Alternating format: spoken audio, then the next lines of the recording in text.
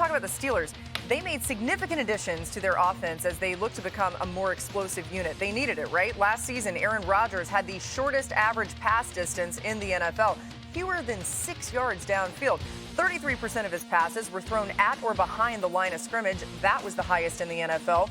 And there wasn't much opportunity for big plays because the 42-year-old Rodgers got the ball out faster than any other quarterback. So our Steelers reporter, Brooke Pryor, gracing us with her presence. She's been with the team all offseason, joining us now. And Brooke, how has Aaron Rodgers looked now 1 week into training camp, which he says will be his final training camp? Laura, he's been letting it fly. Let me tell you, the pass in my mind that sticks out is the 24-yard completion he had to Pat Freiermuth during their 2-minute drill to end practice the other day. He also capped that drive off with a touchdown throw to Roman Wilson. He has been so intentional about getting the ball to Wilson, and this is a guy who was a healthy scratch down the stretch last season.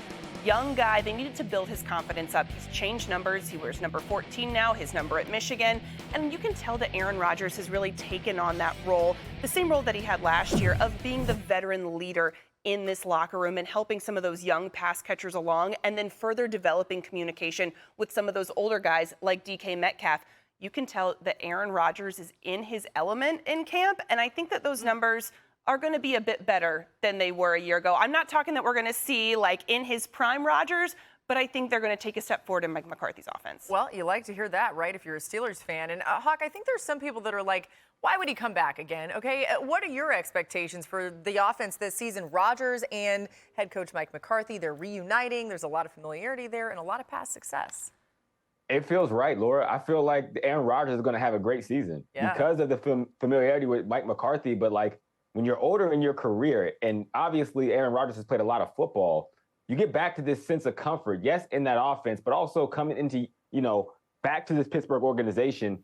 I think what they've done with the receiving core is one of the underrated, revamps in the NFL, because you have DK Metcalf, you have Michael Pittman Jr., Jeremy Bernard in the slot, and to Brooke's point, Roman Wilson is having an incredible camp, and that's significant, where on the surface it feels like Bernard and Roman Wilson are battling. I think that 4-receiver stable is going to be the catalyst for this Pittsburgh Steelers offense, because you have a little bit of everything. Roman Wilson can get down the field, and Aaron Rodgers needs that. Anytime you see A-Rod upset during a game, 9 times out of 10 it's because a receiver isn't where they need to be, and they haven't had that level of veteran presence that they have in that receiver room now with Pittman and DK Metcalf. And I'm just excited about it. I think he's going to have a phenomenal year, and I think this receiving core is going to make people rethink what they thought about it coming into the season. Yeah, it's a good point. I mean, it's all about the trust with Rodgers and these receivers. Now, Brooke, you have spent very long time, many years, covering the Steelers, and you had a lot of camps with Mike Tomlin. So now you got a different Mike. You got McCarthy there. What has been different in previous seasons, compared to what you're seeing right now with McCarthy taking over with this training camp? Yeah, Laura, I think Mike McCarthy actually hit the nail on the head with his theme of camp, which is tempered. That's the word that stretches across the shirts that he passed out on the first day of camp. And he meant it as in the strengthening process with steel. They want to make this team strong. I think of it more as in these practices are more scaled back. I have never seen a more relaxed training camp in Latrobe, Pennsylvania, or any training camp where the guys are wearing black and gold. And that's because Mike McCarthy is really all about getting the guys to the season. He doesn't want to have live tackling. There have been no backs on backers. The quote that sticks out to me is I asked Spencer Anderson about it, and he said, yeah, I'm used to with Mike Tomlin, I am dead tired at the end of practice. I have nothing left in the tank. With Mike McCarthy, I have 10% left, but don't tell him that. So sorry, Spencer, cat's out of the bag. You're holding a little back. He's watching. He's screwed. Now, it's really interesting, though. I mean, Boog, when you think about it, what would you have preferred as a player? What style would have been better for you? I guess specifically to get you ready for the season. Well, of course, as a player, you want a camp cupcake where you can come in there and feel good and not get hardened and not get enough work in. But there's a reason guys go to training camp. Over the last 50 or 60 years, there's a reason coaches have kind of hardened their players. You got to be physical in order to play a physical game. So my only concern with Mike McCarthy is this. I get it. When you got players like Aaron Rodgers and Cam Hayward and T.J. Watt, you got to take care of your veteran players. But there's some young guys that need some physical tackling. There's some offensive linemen. The only way you can play football is you actually have to play football. You can't walk through football. So I would have loved Camp Cupcake.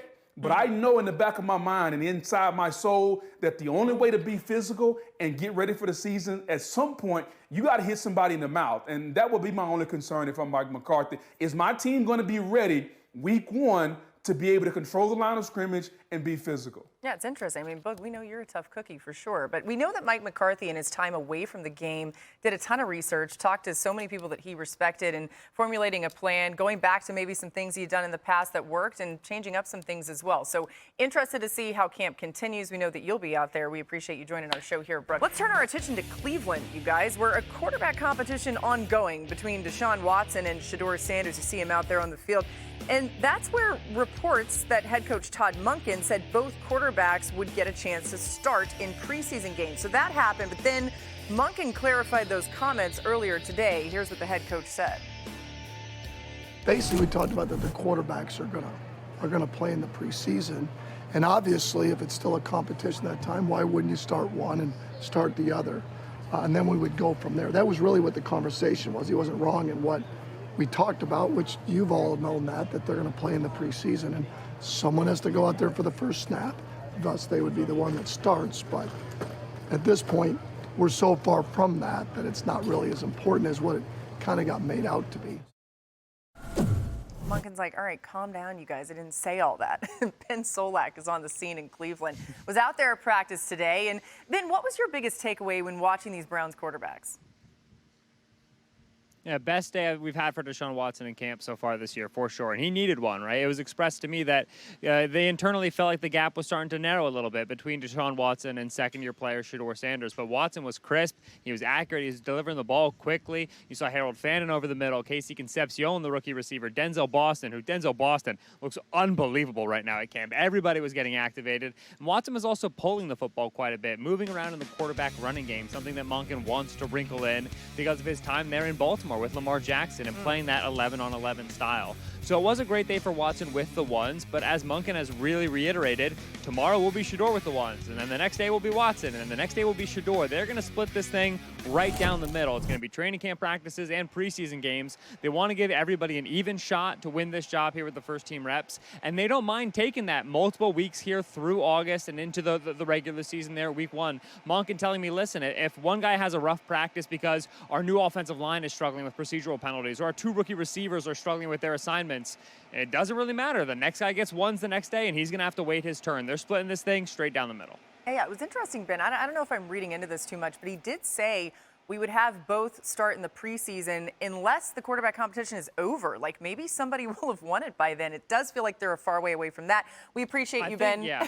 They would love, I think they would love if somebody did win it, but I don't think they're going to have that happen here over the next couple weeks. Okay, so I trust you. We'll see what happens. Thanks so much to Ben Solak for joining us here. Now, Hawk, let's dial into this part of it, right? Which quarterback actually gives the offense the best chance to succeed this season? I think it's Shedeur Sanders. I mean, you can learn a lot about the quarterbacks through training camp, but how it should be is Deshaun Watson has been in the NFL a very long time. He kind of is who he is at this point, so you should be able to see him in practice and get a really good shot. For Shedeur, he's more on a trajectory, and you have to kind of look out and say, okay, where will he be at this point in the season, and where has he come from since last year? I think that they have to put Shedeur out there to see what they have in this quarterback. And then if it doesn't go according to plan, you could always come back to Deshaun Watson. But to me, Shedeur Sanders seems like the surefire pick, and he should be the starting quarterback to start this season until further notice.